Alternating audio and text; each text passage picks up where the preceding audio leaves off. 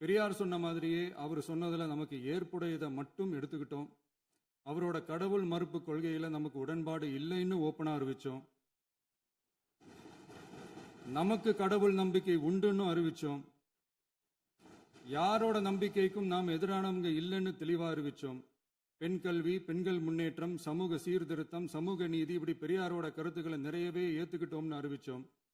அண்ணல் அம்பேத்கரோட சம வாய்ப்பு, சம நீதி, சமத்துவத்தை ஃபாலோ பண்ணுவோம்னு அறிவித்தோம். பெருந்தலைவர் காமராஜரோட மதச்சார்பின்மையை ஏற்றுக்கிட்டதோட அவரோட நேர்மையான நிர்வாகத்தையே ஒரு கொள்கையாக ஏற்றுக்கிட்டோம்னு அறிவித்தோம். வீரமங்கை வேலு நாச்சியாரோட மண் மீட்பையும் சமூக நல்லிணக்கத்தையும் பின்பற்றுவோம்னு அறிவித்தோம்.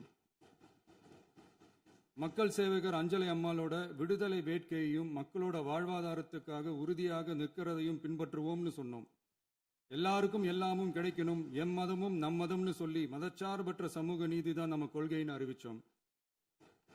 நம்ம கொள்கை எதிரி யாரு, அரசியல் எதிரி யாருன்னு ஓப்பனா அறிவித்தோம். எல்லாத்துக்கும் மேல பிறப்புக்கும் எல்லா உயிருக்கும்ன்றத நம்மளோட அடிப்படை அரசியல் கோட்பாட்டா அறிவிச்சுட்டு தான் அரசியலுக்கே வந்தோம்.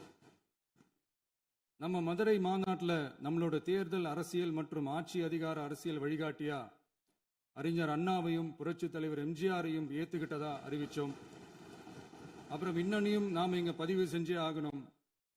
எல்லாரும் கட்சி ஆரம்பிச்சுட்டு தான் ஒவ்வொரு வீட்டுக்குள்ளேயும் போவாங்க. ஆனால் நாம் ஒவ்வொரு வீட்டுக்குள்ளேயும் போனதுக்கு அப்புறம் தான் கட்சியவே ஆரம்பிச்சிருக்கிறோம். ஒவ்வொரு வீட்டில் ஒவ்வொருத்தரும் நம்மளை அவங்க பிள்ளையா, மகனா, அண்ணனா, தம்பியா ஏற்றுக்கிட்டதும் இயல்பாக நடந்துச்சு. தமிழ்நாட்டு மக்களோட மனசுக்குள்ள போறதுக்கு நாம பட்ட பாடு நமக்கு மட்டும்தான் தெரியும். இதெல்லாம் புரிஞ்சாலும் புரியாத மாதிரி இருக்கிறவங்க தான் நம்மள நடிகன் என்று சொல்லியும் நம்ம கட்சியை நடிகன் கட்சின்னு சொல்லியும் சில நக்கல் நையாண்டி இதெல்லாம் பேசுவாங்க. அதை பற்றி நமக்கு கவலை இல்லைன்னு. இப்படி நம்ம அரசியல் பயணம் ரொம்ப டிரான்ஸ்பரண்டாக தான் ஆரம்பிச்சிருக்கு. இந்த 2026 தேர்தலில் கூட்டணியே இல்லாமல் தனியாக நின்னோம்.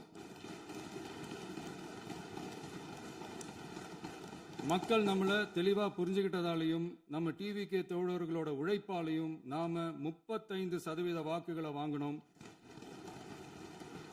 1,72,00,000 வாக்குகளோட தமிழ்நாட்டிலேயே தனி பெரும் கட்சியாக வந்தோம்.